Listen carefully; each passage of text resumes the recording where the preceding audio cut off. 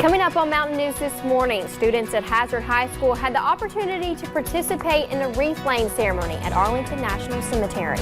And winter is coming, which makes it difficult for some local vendors to sell products. But one market in Perry County helped out yesterday. Plus, with many starting their holiday shopping later this week, police are telling shoppers to watch out for counterfeit money. Dedicated to Eastern and Southern Kentucky, this is WYMT Mountain News This Morning.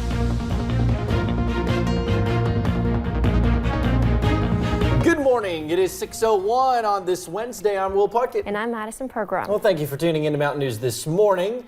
It is Thanksgiving Eve, but we're going to warm up a little bit today before you warm up your ovens tomorrow. Yeah. It was clever, wasn't it? Yeah, we have the class clown here if y'all didn't know. Oh, ouch. Our other class clown is Brandon. Let's see if he's got any jokes in his forecast. Brandon, good morning. The forecast this morning is a joke. But it's a cruel joke, but it's a joke. But yeah, we are going to see all this mess move out of here as we head deeper into the day once the cold front comes by. So a brief spike in temperatures early, and then the rain, once it moves out, line pinpoint Doppler radar, the temperatures will fall. We're looking at the rain kind of taking a break in the most of eastern Kentucky right now, but you see another line developing, and a couple more will be behind it to the scattered lines there as the cold front approaches the mountains. Visibility a little bit of an issue in some spots right now due to the rain and some fog forming, so be careful out there.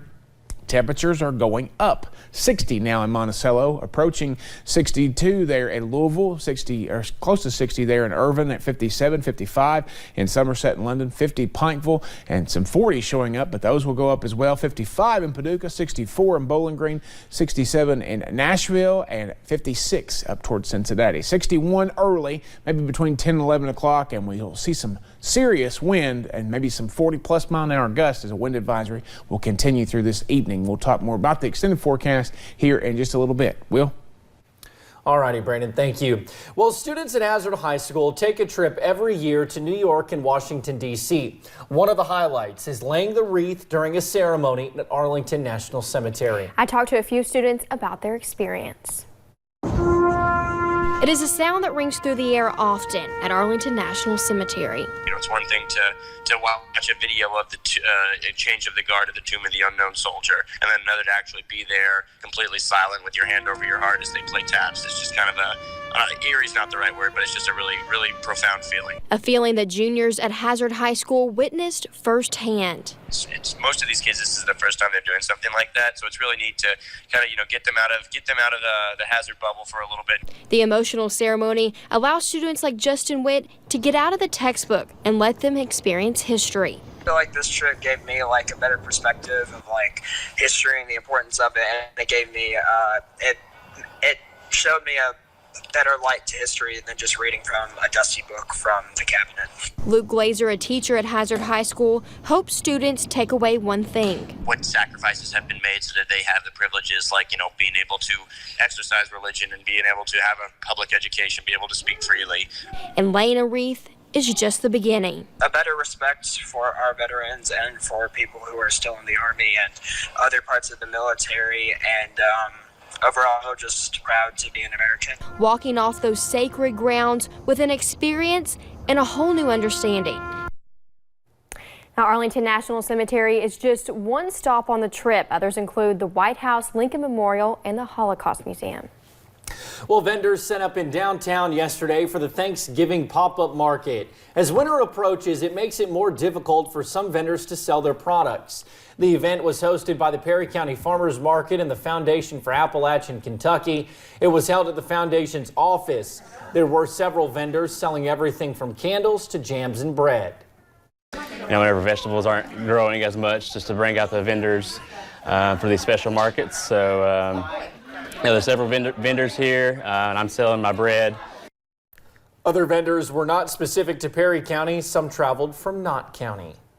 Well, 6 months ago, fire swept through a southern Kentucky Lake Cumberland Marina just days before the start of the busy summer boating season. Workers at Conley Bottom are hoping they will have rebuilt what that fire destroyed by Memorial Day weekend of 2020. WYMT's Phil Pendleton has more on the progress and what the new and improved marina will look like.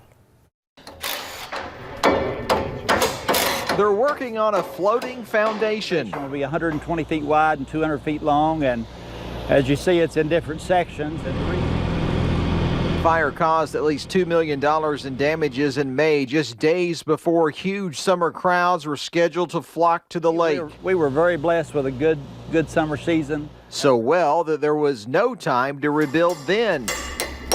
But it's well underway now. But we do plan on having it in the water and hopefully have the posts up for the walls by Christmas.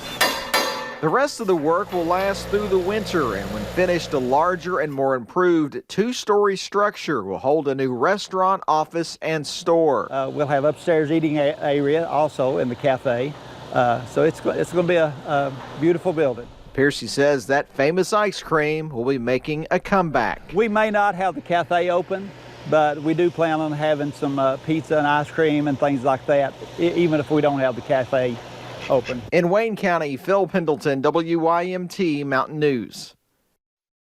Now, officials say the cause of that fire was never determined, but they do believe it was an accident.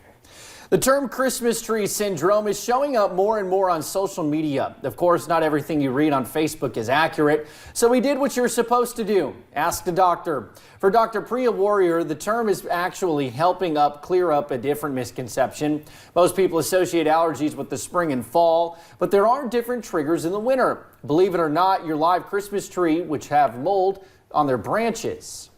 Over the span of time that tree's in your house, we've seen a spike in the mold levels in the air. Now, artificial trees can bring on a whole different set of problems, along with some of your other decorations, because you put them up in storage. Dr. Warrior suggests unpacking and cleaning your decorations outside. And as many of you hit the roads, we will keep a close eye on gas prices. Here's what you can expect here in eastern Kentucky. Kentucky's average of $2.36 is about 22 cents cheaper than the national average. You will notice around Interstate 75, gas is much cheaper. And now there's a little shift since yesterday morning. Gas prices dropped throughout the day on Tuesday in Pike County. You will still find the lowest price in Bell County, where gas is about $2.17 a gallon. With many starting their holiday shopping later this week, police are telling shoppers to watch out for counterfeit money. The Louisville Secret Service laying out a table of fake cash, showing the differences and what to look out for. Some have Chinese characters or say for motion picture use only. Other $100 bills have different faces of Ben Franklin. Officials say there are several security features to look for. If you just take 1 second to look at any note and you see all the characters that are on there, you have to be able to know your money to detect something like that. Officials say you may also be able to tell a fake bill by its texture. And Kentucky's capital is looking into a ban on vaping in public. Proposals before both the Frankfort City Council and the Franklin County Fiscal Court would change how the law views the use of e-cigarettes. In particular, they want to reduce the number of teenagers who vape. The director of the Franklin County Health Department says other communities look at Frankfort as a leader. She hopes this will encourage other places in the state to put vaping bans into place as well.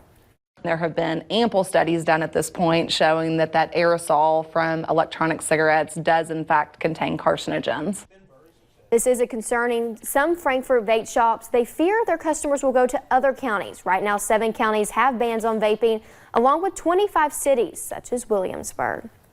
A third person has died from a weekend explosion at a home in Wolfe County. The Fayette County coroner says 80-year-old Albert Vanderpool died around 10:30 Monday night at UK Hospital. Vanderpool was injured in Saturday's explosion at his home on Highway 15 south of Campton. 52-year-old Philip Vanderpool and his wife, 48-year-old Sue Ann, also died in the blast. Investigators and the gas company are looking into what caused the explosion. And a man went to the hospital after a rescue in Wolfe County. Search and rescue crews posted these pictures on Facebook. They say around 5:30 Monday night, a climber fell near Eagles Point Buttress. The climber was able to call 911 and crews carried him out, then took him to a hospital. There's no word yet on his condition.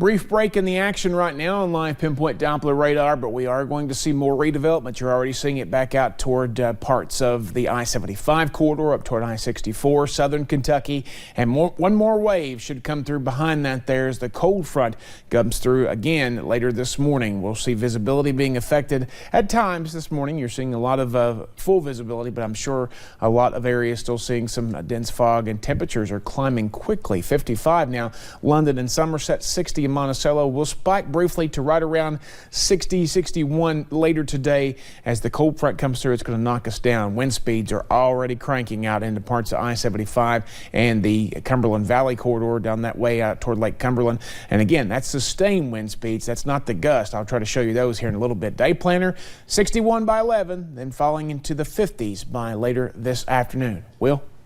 All righty, Brandon, thank you. And thank you for joining Brandon, Madison, and me on Mountain News this morning. More news is on the way. Well, less than 2 weeks until Inauguration Day, and Governor-elect, Andy Beshear is revealing new details about the day's events. And more evidence of a strained relationship between Governor Matt Bevin and Lieutenant Governor Janine Hampton.